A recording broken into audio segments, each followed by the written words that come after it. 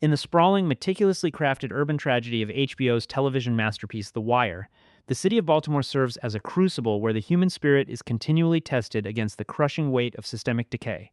Among the vast ensemble of cops, politicians, dock workers, and teachers, few character arcs trace the brutal, unforgiving realities of the city's drug trade as perfectly and tragically as that of Preston Bodie Broadus. Introduced initially as a ruthless, ambitious, and seemingly callous foot soldier in the formidable Barksdale organization, Bodie ultimately transforms into an exhausted, disillusioned veteran, making a doomed final stand against Marlo Stanfield's encroaching crew. Bodie represents the absolute, unwavering devotion to the rules of the game.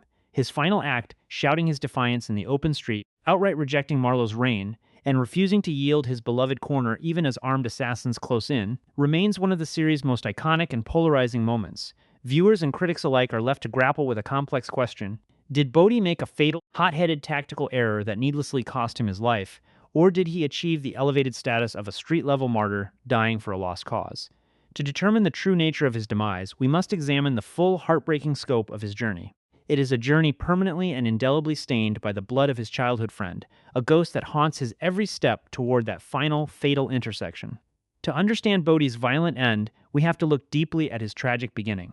In the first season of the show, Bodie is presented as a quintessential product of his environment, a young teenager whose entire worldview is shaped by the asphalt he stands upon.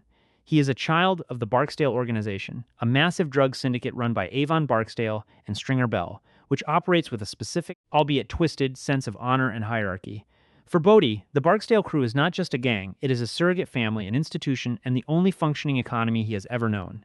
This institutional loyalty is put to the ultimate test when Bodie crosses a moral point of no return. Acting on direct orders from Stringer Bell, Bodie, alongside his peer Poot, executes their friend Wallace. Wallace was a gentle, traumatized soul who had become a liability to the organization after expressing a desire to leave the life and cooperating briefly with the police. The murder of Wallace wasn't an act of passion, hatred, or personal vengeance. It was a cold, calculated pledge of allegiance to the rules of the trade. As Bodie pulls the trigger on a crying, pleading Wallace, he internalizes a deeply flawed but powerful belief system. If you play your part, respect the hierarchy, do the hard things required of you, and remain completely loyal to the family, the game will ultimately take care of you. Killing Wallace was the ultimate sacrifice of his innocence and his fundamental humanity in exchange for a secure place within a structured, supposedly honorable underworld. He became the perfect quintessential soldier precisely because he deeply believed the war he was fighting had rules. For years, Bodie operates under this assumption, navigating the perils of the street, surviving police raids, rival crews, and stints in juvenile detention. He becomes a respected crew chief, a fixture on his corner who knows his product, knows his customers, and knows his boundaries. However, the world around him begins to shift beneath his feet. The Barksdale organization crumbles under the weight of law enforcement pressure and internal betrayal. In its wake, a terrifying new power emerges, Marlo Stanfield. When Marlo takes over the west side of Baltimore, he fundamentally and ruthlessly changes the ecosystem. Marlo does not care about the history of the streets, the Barksdale rules, the concept of loyalty, or the gentleman gangster code that Avon Barksdale occasionally espoused.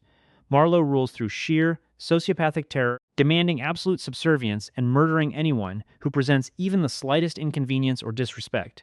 For Bodie, operating as an independent dealer in a landscape increasingly dominated by Stanfield's merciless enforcers, Chris Partlow and Snoop, the environment becomes stifling and profoundly wrong. Bodie is a man out of time, a veteran of a bygone era trying to apply the old rules to a board where the new king has flipped the table entirely. The breaking point for Bodie arrives with the senseless murder of little Kevin. Kevin was a member of Bodie's crew, a young man who was brutally executed by Marlo's enforcers, not for betrayal or theft, but simply for being a loose end in one of Marlo's convoluted plots. When Bodie learns of little Kevin's fate, his carefully constructed worldview completely shatters. He realizes that the loyalty and the code he sacrificed his soul for, the very code that allowed him to justify putting a bullet into Wallace, means absolutely nothing in Marlo Stanfield's Baltimore. Marlo's regime drops bodies in vacant, boarded-up houses, stripping victims of their dignity, their families of closure, and the game of any remaining shred of honor. Bodie's intense grief and profound disillusionment boil over into sheer, unadulterated rage. This leads to the infamous scene where a frustrated, heartbroken Bodie violently kicks out the windows of a police cruiser and later stands on his corner, loudly and publicly shouting Marlo's name, cursing his cowardice, and daring the Stanfield organization to come for him. From a strictly pragmatic, street survival perspective, a compelling argument can be made that Bodie's final outburst was a catastrophic, foolish mistake. The game, as Bodie himself has stated in the past, does not reward emotion.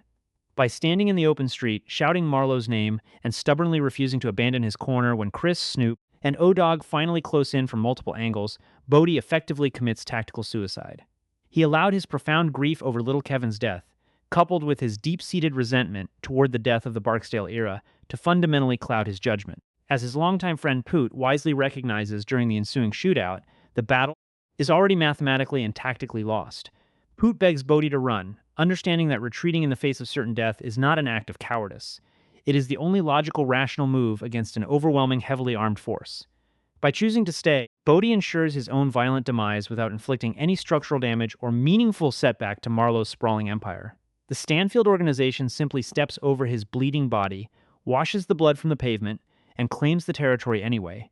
In a purely Machiavellian sense, Bodie threw his precious life away for a tiny patch of cracked concrete that he never truly owned, dying for an illusion in a world that only respects raw power and survival. Conversely, however, Bodie's death can and should be viewed through a much more profound lens as the ultimate act of martyrdom for a lost era.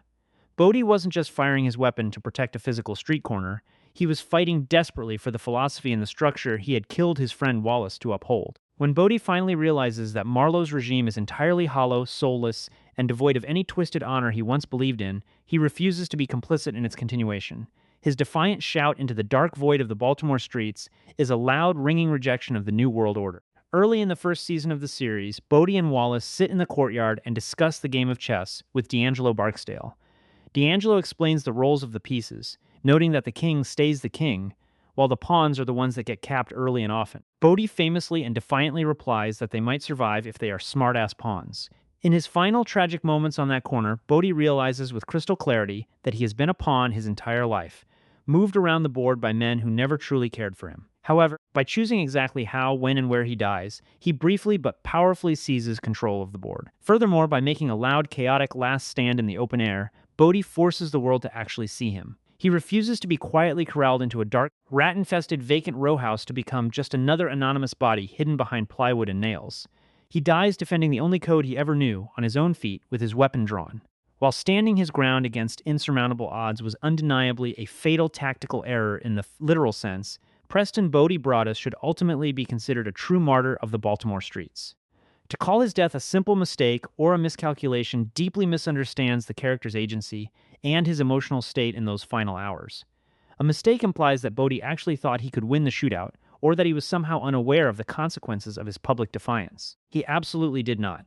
When he calmly tells Poot to run away and save himself, and when he gives a grim, knowing nod to the approaching gunmen emerging from the shadows, Bodie knows exactly what is about to happen. A mistake requires a failure of calculation, but Bodie calculated his odds perfectly and consciously chose to die anyway. His sweeping, tragic journey from Wallace's conflicted killer to Marlo's defiant victim is a heartbreaking tale of misplaced faith and institutional betrayal. He murdered Wallace because he genuinely believed the Barksdale institution was a sacred brotherhood that would stand the test of time.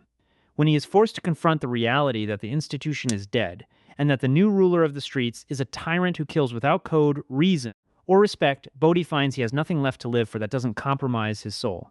His death is an intentional, principled, and deeply personal sacrifice. He died as a martyr for the old game, proving that while a sociopath like Marlo Stanfield could easily take the physical streets through fear and intimidation, he could never, under any circumstances, force a true principled soldier to bend the knee. In the end, Bodie stood tall, a smart-ass pawn who refused to be swept quietly off the board.